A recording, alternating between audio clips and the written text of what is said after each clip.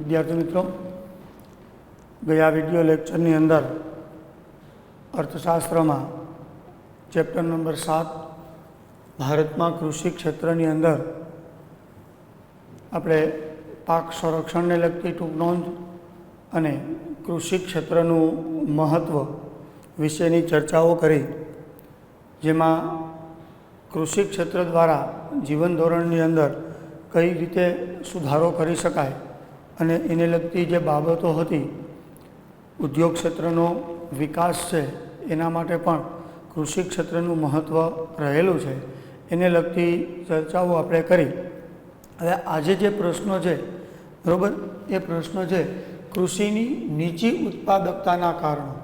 5 मार्कनी अंदर आ प्रश्न पूछाय छे कि भाई कृषि क्षेत्र भारत देशनी अंदर नहीं, विश्वना देशोनी अंदर कृषि क्षेत्र महत्वनुं अने पायाना परिबळ तरीके, पायाना क्षेत्र तरीके, रोजगारीनी दृष्टिए जोई, मानव जीवननी दृष्टिए जोई के जीव प्राणी मात्रनी दृष्टिए जोई तो कृषि क्षेत्र जे ए पायाना क्षेत्र तरीके अने एक अति आवश्यक क्षेत्र तरीके उभरी आव्युं छे।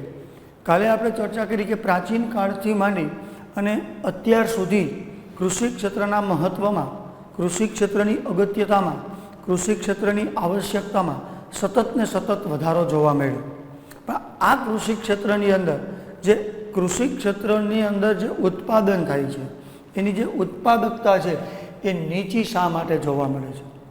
तो पहली वस्तु छे कि भारत देश छे ए कृषि प्रधान देश छे। भारत देश कृषि प्रधान देश छे, आ हुं तमे बधा जाणीए छीए। कृषि प्रधान देश होवा छतां भारतनी अंदर खेत उत्पादकता है बराबर ए नीची है। तो ए नीची है एनु कारण शू? तो कि भारत देशनी कृषिनी अंदर घणी बधी एवी समस्याओं जोवा मळे छे कि जे समस्याना कारणे भारतनुं नहीं विश्वनी अंदर कृषि क्षेत्रनी उत्पादकता नीची है। आयोजन काळ पछी ए जे समस्याओं हती एने निवारवा माटेना प्रयत्नो छे ए जे ते देशनी सरकारे कर्या, पण भारतनी अंदर जे समस्या निवारण माटेना पगलाओ हता बराबर, ए पगलाओने संपूर्णपणे भारत सरकार निवारी शकी नथी। अमेरिका से, इजराइल से, चीन से, आ बधा देशोए पोतानी कृषि क्षेत्रनी अंदर उत्पादकताने ऊँची लई जवा माटे जे कांई समस्याओ हती ए समस्याओ हळवी करवाना प्रयत्न कर्या अथवा ए समस्याने निवारण माटेना प्रयत्न कर्या। एम भारत सरकारे पण आ समस्याने निवारण माटेना पगलाओ कर्या, पण छतांय एमां जेटला सुधाराओ थवा जोईए अने ए सुधाराओ थया बाद जेटली उत्पादकता वधवी जोईए एटली उत्पादकता वधी नथी। बीजी एक वस्तु विचारीए तो 1951 थी मांडी अने 2011 सुधीमां कृषिनी अंदर उत्पादननी अंदर संपूर्णपणे वधारो जोवा मळ्यो छे। ए वस्तु साथे आपणे कोईपण प्रकारे नकारात्मक बाबत बोली सकता नहीं, परंतु जे आयोजन काळ दरमियान जे उत्पादन में वधारो थयो छे ए उत्पादननो वधारो आपणी जरूरियात करता अने आपणी क्षमता करता घणो बधो नीचो छे एवुं साबित थाय छे। हवे एना कारणो क्या? तो कि एनुं पहेलुं कारण आवे संस्थाकीय परिबळो। हवे संस्थाकीय परिबळनी ज्यां बाबतनी चर्चा करवानी होय त्यां एक वस्तु याद राखजो कि संस्थाकीय परिबळ एटले कि कायदा नियम, कि देशनी अंदर जे कायदा कानूनो लागू पड़े छे एने लगती बाबत आवे। तो संस्थाकीय टूंकमां परिबळोनी अंदर भौतिक टूंकमां परिबळो हशे, भौतिक परिबळो हशे, सामाजिक परिबळो हशे अने राजकीय परिबळो पण आनी अंदर काम करता होय। हवे भौतिक परिबळो होय, राजकीय परिबळो होय, सामाजिक परिबळो होय, ए मुजब तमे चौथा परिबळ तरीके आर्थिक परिबळ तरीके पण तमे लई शको। तो आ 4 प्रकारनी संस्थाकीय बाबतो छे, भौतिक, सामाजिक, राजकीय अने आर्थिक। आ 4 प्रकारनी जे संस्थाकीय परिबळो छे ए भारतनी खेतीनी नीची उत्पादकता माटेना जवाबदार परिबळ तरीके ओळखवामां आवे छे। तो एनी अंदर संस्थाकीय परिबळमां पहेલું परिबळ हतुं जमीन महसूल प्रथा। हवे जमीन महसूल प्रथा तमारा माटे शब्द थोड़ोक नवो हशे, पण જે આપણા વડીલો છે, આપણા મમ્મી પપ્પા છે, દાદા દાદી છે, એ મહેસૂલ પ્રથા વિશે જાણતા હશે. મહેસૂલ એટલે એક પ્રકારનું તમે જમીનનું જે વાવેતર કરો છો, જમીનની અંદર તમે જે પાકની ટૂંકમાં તમે રોપણી કરો છો, એ જમીનનું તમે રોપણી કરો છો એના બદલામાં ચૂકવાતું ભાડું, એને મહેસૂલ પ્રથા કહેવાય. તો ભારતની અંદર આઝાદી સમયે બે પ્રકારના વ્યક્તિઓ હતા. એક જમીનદારી પ્રથા હતી, જમીનદારી પ્રથા. હવે જમીનદારી પ્રથા એટલે શું? તો કે જે વ્યક્તિઓ છે એ જે તે વિસ્તારની અંદર રાજાશાહી વખતમાં, એથી પ્રાચીન કાળની અંદર જોવા જાવ, અંગ્રેજ શાસનકાળમાં જોવા જાવ તો અંગ્રેજ શાસકોએ જે તે વિસ્તાર માટે એક જમીનદાર તરીકે વ્યક્તિની નિમણૂક કરેલી હતી. આ જમીનદાર છે એ જમીનદાર ગણોતિયા પાસેથી, જમીનદાર છે એ કેની પાસેથી? તો કે ગણોતિયા પાસેથી. હવે ગણોતિયા એટલે કોણ? તો કે જમીનનો ખેડનાર વ્યક્તિ અથવા જમીનને ભાડે રાખનાર વ્યક્તિ. જે મકાન ભાડે રાખીએ, બરાબર, તો મકાનનો માલિક મકાન ભાડે રાખનારને ભાડુતી વ્યક્તિ તરીકે ઓળખે છે. એમ જમીનદારી ટૂંકમાં જમીન મહેસૂલ પ્રથામાં અંગ્રેજ શાસકો દ્વારા જે જમીનદારી પ્રથા હતી, એ જમીનદારી પ્રથા મુજબ એ જમીનદારી વ્યક્તિ, બરાબર, ગણોતિયા પાસેથી, એટલે કે જમીનનું જે વાવેતર કરે છે, જમીનનો જે વ્યક્તિ ઉપયોગ કરે છે, એને તમે ગણોતિયા તરીકે ઓળખાતા.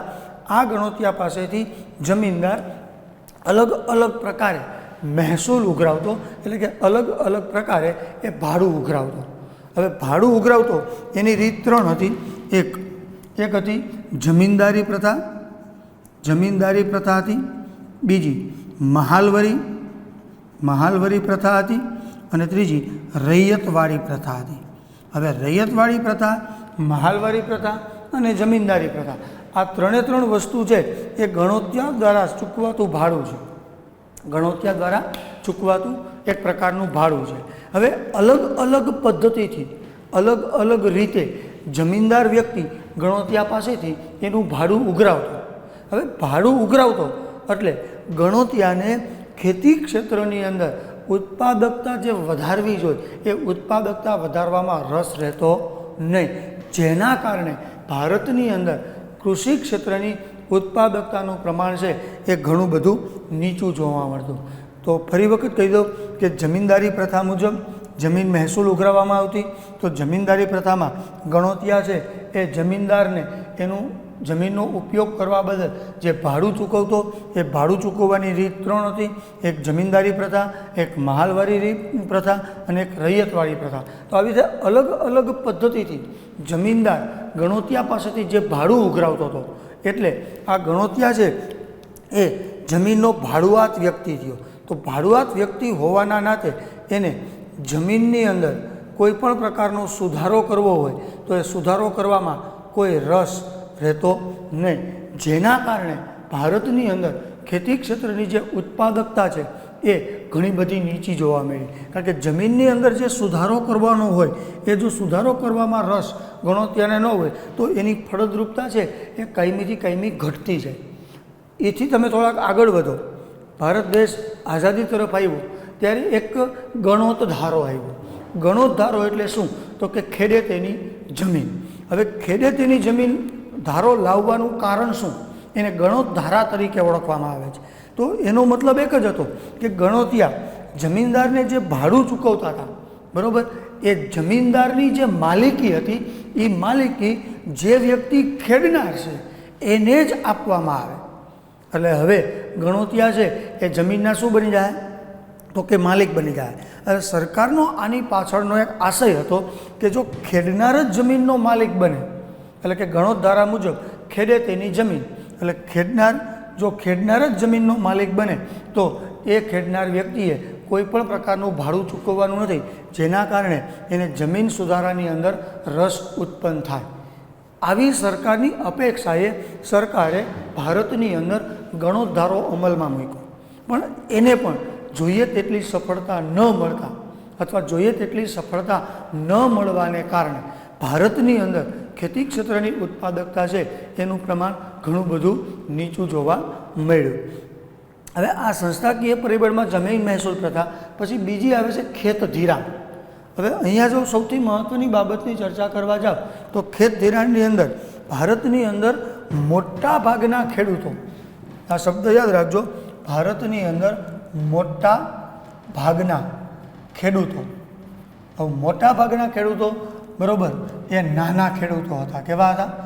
અથવા એ આર્થિક રીતે ગરીબ ખેડૂતો હતા. તો ભારતની અંદર જે મોટા ખેડૂતોની અંદર જો સમાવેશ પામતા હોય એવા 9% ખેડૂતો હતા. કેટલા ટકા ખેડૂતો હતા? 9%. તો નાના અને ગરીબ ખેડૂતોની સંખ્યા ભારતની અંદર કેટલી થઈ? 92%. હવે 92% વ્યક્તિઓ એવા હતા કે જે નાના ખેડૂતો હતા અને ગરીબ ખેડૂતો હતા. તો જેટલું મૂડીરોકાણ કરવું જોઈએ એટલું મૂડીરોકાણ થઈ શકે નહીં. સુધારેલ બિયારણ છે, જંતુનાશક દવા છે, સિંચાઈની સગવડતાઓ છે, વીજળીને લગતી બાબતો છે, રાસાયણિક ખાતરને લગતી બાબતો છે, બરાબર. આવી જે સુવિધાઓ, આવી જે સેવાઓ કે જેને ઉત્પાદકતા વધારવા માટેના પાયાના તત્વ છે, એ તત્વનો ઉપયોગ આ નાના ખેડૂતો એટલે કે 92% ખેડૂતો ઉપયોગ કરી શકતા નથી. જ્યારે મોટા ખેડૂતો 9% છે. એ 9% ખેડૂતોની અંદરથી જો તમે હિસાબ કરવા જાઓ તો આ લોકો જમીન છે એ નાના ખેડૂતોને ભાડે આપતા. નાના ખેડૂતોને ભાડે આપતા એટલે પાછી કઈ પ્રથા આવી? મહેસૂલ પ્રથા. એટલે નાના ખેડૂતોને એ લોકો ભાડે આપતા, બરાબર. તો ભાડે નાના ખેડૂતો રાખતા હોવાના કારણે નાના ખેડૂતોને ભાડુઆત જમીનની અંદર જે જમીન સુધારો કરવો જોઈએ, જે જમીનની ફળદ્રુપતા ટકાવી રાખવી જોઈએ, એટલી ફળદ્રુપતા એને ટકાવવામાં રસ રહેતો નહીં. જેના કારણે આ 9% જમીનની અંદર ઉત્પાદકતા કેવી જોવા મળી? નીચી. હવે આ બાબત છે એ નકારાત્મક સાબિત થઈ. હવે રહી વાત મોટાભાગના ખેડૂતો ભારતની અંદર કેવા હતા? નાના અને ગરીબ. એની સંખ્યા કુલ કેટલી હતી? તો કે 92%. તો આ જે 92% ખેડૂતો છે એને હરિયાળી ક્રાંતિના જે નિક્ષેપો હતા, હરિયાળી ક્રાંતિના જે નિક્ષેપો હતા, એ હરિયાળી ક્રાંતિના નિક્ષેપોનો જોઈએ તેટલા પ્રમાણમાં એ લોકો ઉપયોગ કરી શક્યા નહીં. જેના કારણે હરિયાળી ક્રાંતિના નિક્ષેપોનો ઉપયોગ ન કરી શક્યા એનું કારણ તો કે ખેડૂતો નાના હતા, ગરીબ હતા અને જોઈએ તેટલું મૂડીરોકાણ કરી શક્યા નહીં. એના કારણે એની ઉત્પાદકતા પણ કેવી જોવા મળી? નીચી. તો મોટા ખેડૂતોની ઉત્પાદકતા નીચી અને નાના ખેડૂતોની પણ ઉત્પાદકતા કેવી જોવા મળી? નીચી. તો આ પણ એક સંસ્થાકીય પરિબળ છે. કારણ કે ભારતની અંદર ઘણો ધારો આવ્યો હોવા છતાં એને જોઈએ તેટલી સફળતા કેમ ન મળી? જો જોઈએ તેટલી સફળતા એને પ્રાપ્ત ન થાય તો કોઈ દિવસ ભારતની અંદર નાના ખેડૂતો છે એ ઉત્પાદકતા વધારી શકે નહીં. એના માટે ભારત સરકારે શું કર્યું? તો કે આ 92% ખેડૂતો માટે નાબાર્ડ નામની બેંકની સ્થાપના કરી. નાબાર્ડ, NABARD. નાબાર્ડ બેંક છે એ શું છે? તો કે ખેતી ક્ષેત્રની અંદર કોઈ પણ પ્રકારની નાના ખેડૂતો હોય કે મોટા ખેડૂતો હોય એને કોઈ પણ પ્રકારની ધિરાણની આવશ્યકતા ઊભી થાય તો એના માટે ભારત સરકાર દ્વારા નાબાર્ડ બેંકની સ્થાપના કરવામાં આવી. હવે નાબાર્ડ બેંકનું કાર્ય કેવું? તો કે તમે IDBI નામ સાંભળ્યું હશે. IDBI, industrial development bank of India. એટલે કે ભારતની અંદર જે ઉદ્યોગ ક્ષેત્ર છે એને કોઈ પણ પ્રકારની નાણાકીય સહાય ઊભી થાય તો એ કેની પાસેથી લેશે? IDBI પાસેથી. એવી જ રીતે ભારતના નાના ખેડૂતો હોય, મધ્યમ ખેડૂતો હોય કે મોટા ખેડૂતો હોય કે સીમાંત ખેડૂતો હોય, કોઈ પણ ખેડૂત હોય એને ખેતી ક્ષેત્ર માટે કોઈ પણ પ્રકારની નાણાકીય સહાયની જરૂરિયાત ઊભી થાય તો એના માટે નાબાર્ડ બેંકની સહાય લઈ અને નાબાર્ડ બેંક દ્વારા એ પોતાનું ખેતી ક્ષેત્રનું ઉત્પાદન છે એ વધારી શકે. તો એ નાબાર્ડ બેંકની સ્થાપના નહોતી ત્યારે શું પરિસ્થિતિ હતી? તો કે ભારતના જે નાના ખેડૂતો હતા એને કોઈ પણ પ્રકારની નાણાકીય સહાયની જરૂરિયાત ઊભી થાય એટલે એ ખાનગી વ્યક્તિ પાસેથી નાણાકીય સહાય લેતા હતા. હવે ખાનગી વ્યક્તિ પાસેથી જો એ નાણાકીય સહાય લે તો ખાનગી વ્યક્તિઓની જે નાણાકીય સહાય છે એનું જે બદલામાં વ્યાજ ચૂકવવાનું છે એ વ્યાજ ખેડૂતો ચૂકવી શકતા હતા નહીં. એટલા માટે ખેડૂત કાયમીથી કાયમી દેવામાં ડૂબતો જતો હતો. આ પરિસ્થિતિ જોઈ અને સરકારે નક્કી કર્યું કે જો આવી રીતે લાંબો સમય ચાલ્યો તો ભારતનો ખેડૂત છે એ પાયમાલ થઈ જાય. જો ભારતનો ખેડૂત પાયમાલ થઈ જાય તો ખેતી ક્ષેત્ર પાયમાલ થઈ જાય તો ખેતી ક્ષેત્ર આધારિત જે ઉદ્યોગો છે એ ઉદ્યોગોને પૂરતા પ્રમાણમાં કાચો માલ પ્રાપ્ત થઈ શકે નહીં. જો ઉદ્યોગ ક્ષેત્ર ટૂંકમાં નબળું પડે તો સેવા ક્ષેત્ર છે એ કોઈ દિવસ વિકાસ પામી શકે નહીં. તો આ ત્રણેય ક્ષેત્રનો વિકાસ કરવા માટે ભારત સરકારે જે નાના ખેડૂતો ખાનગી વ્યક્તિ પાસેથી ધિરાણ લેતા હતા તો એ ધિરાણ માટે ભારત સરકાર દ્વારા નાબાર્ડ બેંકની સ્થાપના કરવામાં આવી. છતાંય ભારતની અંદર જોઈએ તેટલી ખેત ઉત્પાદકતાની અંદર આપણે વધારો કરી શક્યા નહીં. ત્રીજી બાબત આવે છે કૃષિ પેદાશની વેચાણ વ્યવસ્થા. કદાચ માની લ્યો કે સંસ્થાકીય પરિબળમાં જમીન મહેસૂલ પ્રથા છે એ પણ નાબૂદ થઈ ગઈ, ખેત ધિરાણ પણ તમને પૂરતા પ્રમાણમાં મળ્યું, તો પ્રશ્ન એ થયો કે અહીંયા તમે પાકનું ઉત્પાદન કર્યું, અહીંયા પાકનું ઉત્પાદન થાય છે. હવે પાકનું ઉત્પાદન થયા પછી એને યોગ્ય બજાર મળવું એ પણ સૌથી આવશ્યક બાબત ઊભી થઈ. કારણ કે ભારતની અંદર એક આંતરમાળખાકીય સગવડની બાબત આવે. આંતરમાળખાકીય સગવડ. તો આંતરમાળખાકીય સગવડના બે પ્રકાર મેં તમને કીધા હતા. એક આર્થિક આંતરમાળખું અને બીજું સામાજિક આંતરમાળખું. હવે આર્થિક આંતરમાળખું અને સામાજિક આંતરમાળખું આ બંનેની અંદર આંતરમાળખાની મેં તમને સેવા કેટલી કીધી હતી તો કે આંતરમાળખાની 9 સેવા, એમાં 6 આર્થિક આંતરમાળખું, 3 સામાજિક આંતરમાળખું. 6 આર્થિક આંતરમાળખામાં કોનો સમાવેશ થાય તો કે સંદેશા વ્યવહાર, વાહન વ્યવહાર, બેંક, વીમો, વીજળી અને સિંચાઈ. આ કઈ આંતરમાળખાની સેવા હતી? આર્થિક. એવી જ રીતે 3 સામાજિક, શિક્ષણ, આરોગ્ય અને રહેઠાણ. તો આ 3 કઈ હતી? સામાજિક. આ બંનેથી 9 જે આંતરમાળખાની સેવાઓ હતી એ આંતરમાળખાની સેવાઓ છે એ જેટલા પ્રમાણમાં મળવી જોઈએ એટલા પ્રમાણમાં ખેતી ક્ષેત્રમાં પ્રાપ્ત થઈ નહીં. વેચાણને લગતી બાબતો તો હોય તો માર્કેટિંગ યાર્ડ એ કૃષિ ક્ષેત્ર માટે કોઈપણ પ્રકારના ઉત્પાદન માટેના યોગ્ય બજાર તરીકે ઓળખવામાં આવે છે. પણ અહીંયા તમે જોવા જાઓ તો કૃષિ ક્ષેત્રના ઉત્પાદન પછી એ કૃષિ ક્ષેત્રના ઉત્પાદનના વેચાણ માટે જે ટૂંકમાં હોવું એ વસ્તુ એને પ્રાપ્ત થઈ નહીં. હવે એના કારણે શું થયું તો કે ભારતના ખેડૂતો દ્વારા જે પાકનું ઉત્પાદન થતું હતું એ ઉત્પાદન એને ખાનગી વેપારીઓને વેચવા માટે મજબૂર બન્યા. હવે ખાનગી વેપારીઓ છે બરાબર, એ ખેડૂતની મજબૂરી, ખેડૂતની આર્થિક કટોકટી, ખેડૂતની એક ઉત્પાદકતાને ટૂંકમાં મજબૂરી તરીકે ગણી અને ખાનગી વેપારીઓ છે એ ખેડૂતોના પાકના ઉત્પાદન છે એને નીચી કિંમતે ખરીદી કરી. હવે નીચી કિંમતે ખરીદી કરી બરાબર અને એ બજારની અંદર ઊંચી કિંમતે વેચવા માટેના એને પ્રયત્ન કર્યા. એટલે અહીંયા પ્રશ્ન શું બન્યો તો કે બે વ્યક્તિ કમાણા, ટૂંકમાં બે વ્યક્તિની આવકમાં વધારો થયો. એક કોણ તો કે ખાનગી વેપારીની આવકમાં વધારો થયો અને પ્લસ એક દલાલ લોકો કે જે ખેડૂત અને વેપારી વચ્ચે જે મધ્યસ્થી છે એ મધ્યસ્થી અને વેપારી આ બેની મિલીભગતના કારણે, આપણી ભાષામાં કહીએ તો એની મિલીભગતના કારણે ભારતના ખેડૂતોનું જે ખેત ઉત્પાદન હતું એનો જેટલો ભાવ મળવો જોઈએ એટલો ભાવ ખેડૂતો સુધી પહોંચી શક્યો નહીં. કારણ કે ખેડૂતો દ્વારા વેપારી જે કિંમતે માલની ખરીદી કરે છે એના કરતાં ઊંચી કિંમતે એનું વેચાણ કરે. આ બે વચ્ચેનો જે તફાવત છે એ તફાવતનો લાભ છે એ બે જ વ્યક્તિને મળ્યો, એક ખાનગી વેપારી અને બીજા દલાલો. આ સિવાય કોઈને લાભ મળી શક્યો નહીં. જેના કારણે ભારતના ખેડૂતોની જે આવક હતી એ આવકની અંદર શું થયો તો કે ઘટાડો. નીચી આવકના કારણે ફરી વખત જ્યારે એ પાકની રોપણી કરે છે ત્યારે જેટલા મૂડીરોકાણની આવશ્યકતા છે બરાબર, જેટલા સુધારેલ બિયારણની આવશ્યકતા છે, જેટલી રાસાયણિક ખાતરની આવશ્યકતા છે, જેટલી જંતુનાશક દવાની આવશ્યકતા છે એ આવશ્યકતા મુજબ ભારતનો ખેડૂત રોકાણ કરી શક્યો નહીં. જેના કારણે ભારતની અંદર ખેતી ક્ષેત્રની અંદર ઉત્પાદકતા છે એ નીચી જોવા મળી. તો ત્યારબાદ ભારત સરકાર દ્વારા દરેક તાલુકા અને દરેક જિલ્લાની અંદર માર્કેટિંગ યાર્ડની શરૂઆત કરવામાં આવી.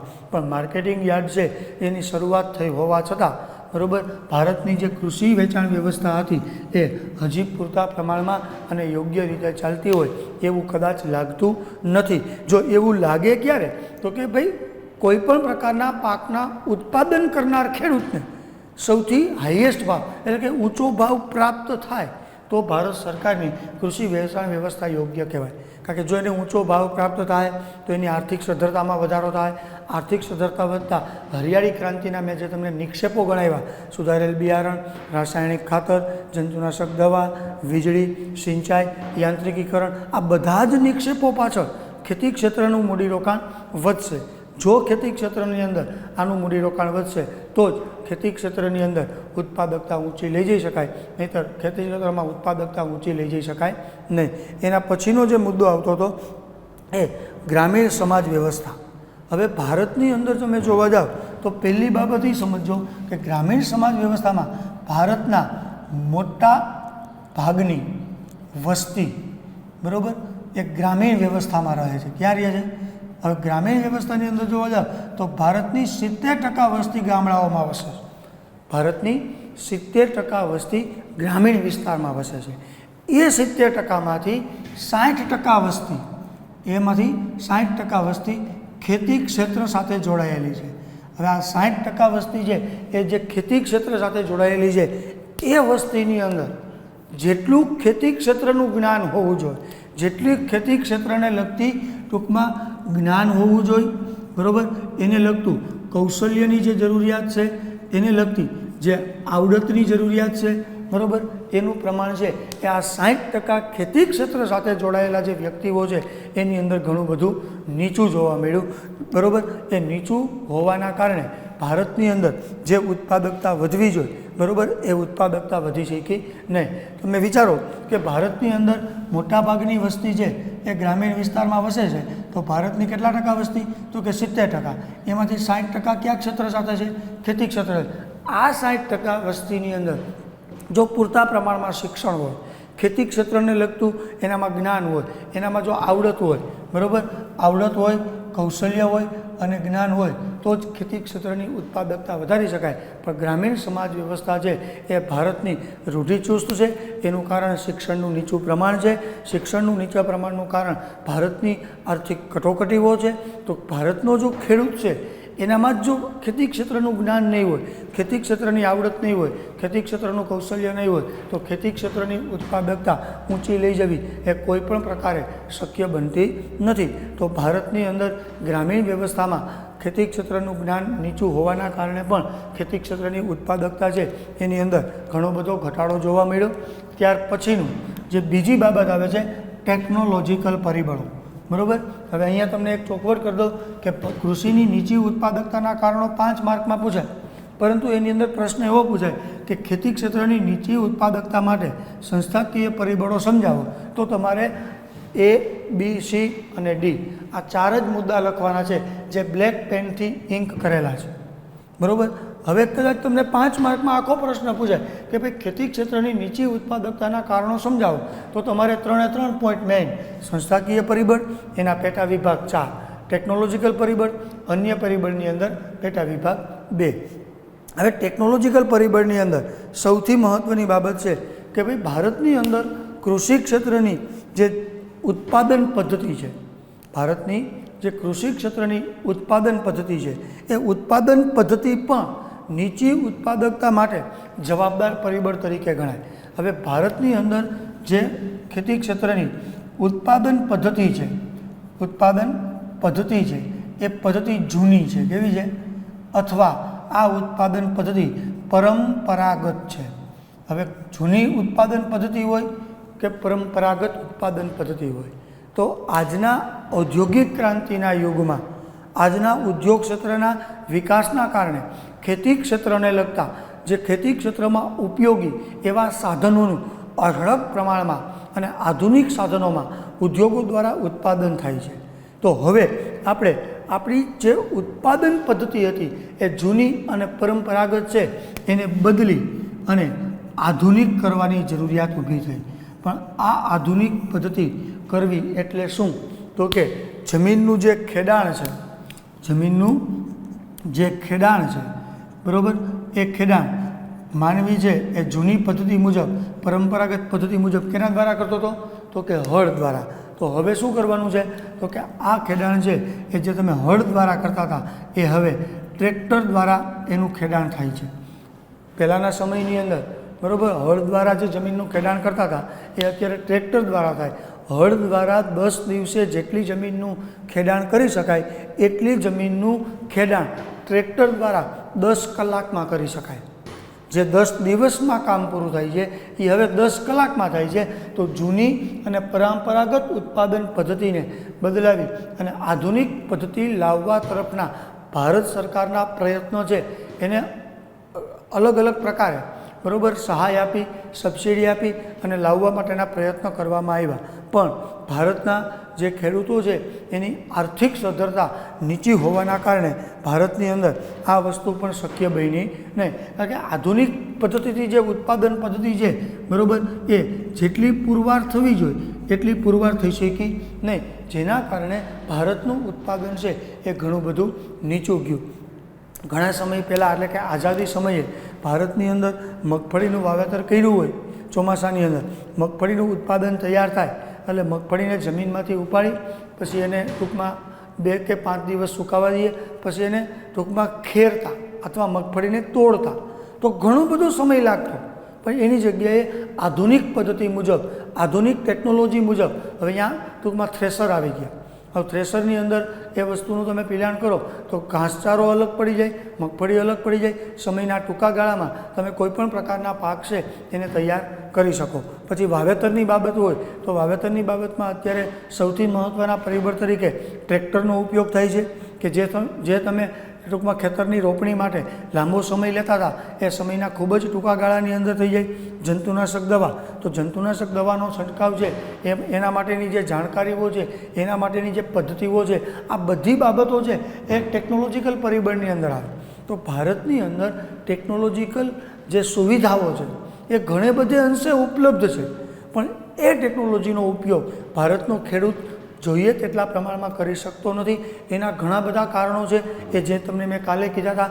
કાં તો ખેડૂત એ ટેકનોલોજી વિશે અજાણ છે, કાં તો એ ખેડૂત ટેકનોલોજી ખરીદી શકવાની ક્ષમતા ધરાવતો નથી, કાં તો એ ખેડૂત એ ટેકનોલોજીનો ટૂંકમાં ભાડું ચૂકવીને પણ ઉપયોગ કરવા માટે સક્ષમ નથી. આવા ઘણા બધી બાબતો છે કે જે ટેકનોલોજીકલ પરિબળનો ઉપયોગ કરવામાં ભારતના ખેડૂતોને સમસ્યારૂપ થાય છે. કારણ કે મેં તમને કીધું એમ નાના ખેડૂતોની સંખ્યા ભારતની અંદર 92% છે. તો આ લોકો આ ટેકનોલોજીનો ઉપયોગ કરવા વિશે કોઈપણ પ્રકારે તૈયાર હોતા નથી, જેના કારણે દરેક પ્રકારના જે પ્રશ્નો છે એ પ્રશ્નો ઊભા થાય છે. હવે ટેકનોલોજીકલ પરિબળને તમે પૂર્ણ કર્યા પછી હવે અન્ય પરિબળો. હવે અહીંયા 2 પરિબળ આપણે ભણ્યા, એક સંસ્થાકીય પરિબળ અને એક ટેકનોલોજીકલ પરિબળ. હવે આમ જોવા જાવ તો સૈદ્ધાંતિક રીતે, કાયદાકીય રીતે 2 જ પરિબળો છે, એક સંસ્થાકીય પરિબળ અને એક ટેકનોલોજીકલ પરિબળ. સંસ્થાકીય પરિબળની અંદર સુધારા થઈ જાય, જમીન મહેસૂલ પ્રથા રદ કરો, ધિરાણ પૂરતા પ્રમાણમાં મળે, કૃષિની વેચાણ વ્યવસ્થા છે એ યોગ્ય પ્રમાણમાં મળે, ગ્રામીણ સમાજ વ્યવસ્થામાં જે રૂઢિચુસ્તતા છે બરાબર એમાં આધુનિકતા આવી જાય. એટલે સંસ્થાકીય પરિબળો સોલ્વ. હવે સંસ્થાકીય પરિબળ સોલ્વ થયા પછી ટેકનોલોજીકલ પરિબળ પણ માની લો કે સોલ્વ થઈ ગયા, પણ એના સિવાયના જે અન્ય પરિબળો છે એ પણ ખેતી ક્ષેત્રની ઉત્પાદકતા, મેં તમને આની પહેલાં કીધું હતું ઉત્પાદન અને ઉત્પાદકતા વચ્ચે ઘણો તફાવત છે. ઉત્પાદન એટલે કે કુલ, તો ભારતની અંદર કુલ ઉત્પાદન તો વધ્યું જ છે, એમાં આપણે ક્યારેય નકારી શકાય નહીં. કારણ કે 1951માં એક વ્યક્તિની ઉત્પાદકતા 311 ગ્રામ હતી, જે વધી અને 595 ગ્રામ સુધી થઈ. તો ઉત્પાદકતા તો ઉત્પાદન તો વધ્યું જ છે, પણ તો અહીંયા એવા કયા પરિબળો છે કે ભારતની નીચી ઉત્પાદકતા માટે જવાબદાર પરિબળ બને? તો પહેલું છે ભારતની વસ્તીનું ભારણ. તો ભારતની વસ્તીની તમે જો માહિતી જોવા જાઓ તો 1951ની અંદર ભારતની વસ્તી છે એ 36 કરોડ હતી. 2001ની અંદર ભારતની વસ્તી 102.07 કરોડ હતી. 2011ની અંદર ભારતની વસ્તી 121 કરોડ હતી અને 2019 મુજબ એક અંદાજ મુજબ 139 કરોડની વસ્તી છે. તો જો વસ્તીના ભારણમાં જેમ જેમ તમે આગળ ગયા એમ એની અંદર સતત શું જોવા મળ્યો? તો કે વધારો. જેમ જેમ વસ્તીના ભારણમાં વધારો થતો ગયો, જેમ જેમ વસ્તીનું કદ વધતું ગયું, પણ ખેડાણ હેઠળની જમીન છે એ જેમ જેમ વસ્તીનું કદ વધશે એમ ખેડાણ હેઠળની જમીનમાં શું થશે? તો કે ઘટાડો. એક બાળકનો જન્મ થાય એટલે એને 2 પ્રકારની જગ્યાની જરૂર પડે, એક રહેવા માટેની જગ્યા અને એક આર્થિક પ્રવૃત્તિ કરવા માટેની જગ્યા. તો ખેડાણ હેઠળની જે જમીન છે એની અંદર ઘટાડો થતો ગયો. એનો મતલબ શું થયો? તો કે વસ્તીના કદની સાથે ખેડાણ હેઠળની જમીન વધતા જે ખેતી ક્ષેત્ર પર વસ્તીનું જે ભારણ હતું, ખેતી ક્ષેત્ર પર વસ્તીનું જે ભારણ હતું એ ભારણની અંદર શું થયો? વધારો. અને ખેતી ક્ષેત્રના ભારણની અંદર જો વધારો થાય તો તમે સમજી શકો કે ખેતી ક્ષેત્રની ઉત્પાદકતા છે એ નીચી જ આવે, ક્યારેય ઊંચી આવવાની શક્યતા દેખાતી નથી. કારણ કે એક અંદાજ મુજબ 1951માં ભારતની 72% વસ્તી ખેતી ક્ષેત્રમાં હતી. 2011 મુજબ ભારતની 49% વસ્તી છે એ ખેતી ક્ષેત્ર પર આધારિત છે. હવે 49% વસ્તી તો તમે 72માંથી 49 આવ્યા તો તમે એમ કહો કે ખેતી ક્ષેત્ર પરનું ભારણ ઘટ્યું. હા, ભારણ 100%, ટકાવારીની દૃષ્ટિએ ભારણ ઘટ્યું, પણ વસ્તીના કદની દૃષ્ટિએ તમે જોવા જાઓ તો કૃષિ ક્ષેત્ર, ઉદ્યોગ ક્ષેત્ર અને સેવા ક્ષેત્ર, આ 3 ક્ષેત્રની અંદર વસ્તીનું ભારણ હોય તો ઉદ્યોગ અને સેવા બંને ક્ષેત્રથી 51% જ વસ્તીનું ભારણ છે, જ્યારે કૃષિ ક્ષેત્રની અંદર એકલું 49% ભારણ છે.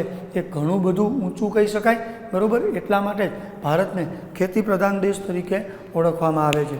તો વસ્તીનું ભારણ છે એ પણ કૃષિ ક્ષેત્રની નીચી ઉત્પાદકતા માટે જવાબદાર પરિબળ તરીકે ઓળખી શકાય. ત્યાર પછીનો પોઈન્ટ છે અન્ય પરિબળની અંદર આયોજનનો અભાવ. તો ભારતની અંદર તમે જોવા જાઓ તો આયોજનની અંદર ટૂંકમાં પંચવર્ષીય યોજનાની શરૂઆત કરવામાં આવી, બરાબર. પંચવર્ષીય યોજનાની શરૂઆત કરવામાં આવી. પંચવર્ષીય યોજનાની શરૂઆત થઈ 1951માં. પ્રથમ પંચવર્ષીય યોજનાનો સમયગાળો 1951થી 1956. આ કઈ પંચવર્ષીય યોજના? તો કે પ્રથમ પંચવર્ષીય યોજના.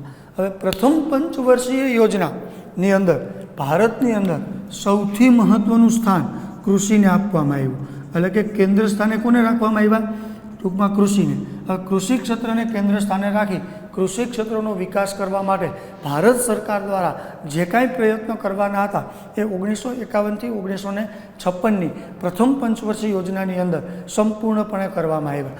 ત્યાર પછી 1956ની અંદર બીજી પંચવર્ષીય યોજનાની શરૂઆત થઈ. તો જ્યારે બીજી પંચવર્ષીય યોજનાની શરૂઆત થઈ ત્યારે બીજી પંચવર્ષીય યોજનાના અધ્યક્ષ હતા પીસી મહાલનોબિસ. હવે પીસી મહાલનોબિસે શું કીધું? તો કે ભાઈ બીજી પંચવર્ષીય યોજનાના અધ્યક્ષ સ્થાને પીસી મહાલનોબિસે આવી અને ભારતની અંદર કૃષિ ક્ષેત્રને કેન્દ્ર સ્થાને ન લેતા એને કેન્દ્ર સ્થાને કેને લીધું? તો કે ઉદ્યોગ ક્ષેત્રને કેન્દ્ર સ્થાને લીધું. હવે ઉદ્યોગ ક્ષેત્રને કેન્દ્ર સ્થાને લીધું એનો મતલબ એ થયો કે કૃષિ ક્ષેત્રનો વિકાસ છે, બરાબર, એના માટે જે આયોજન કરવાનું હતું એ આયોજનને એક બાજુ મૂકી અને ઉદ્યોગ ક્ષેત્રના આયોજનને સૌથી મહત્ત્વનું ગણવામાં આવ્યું.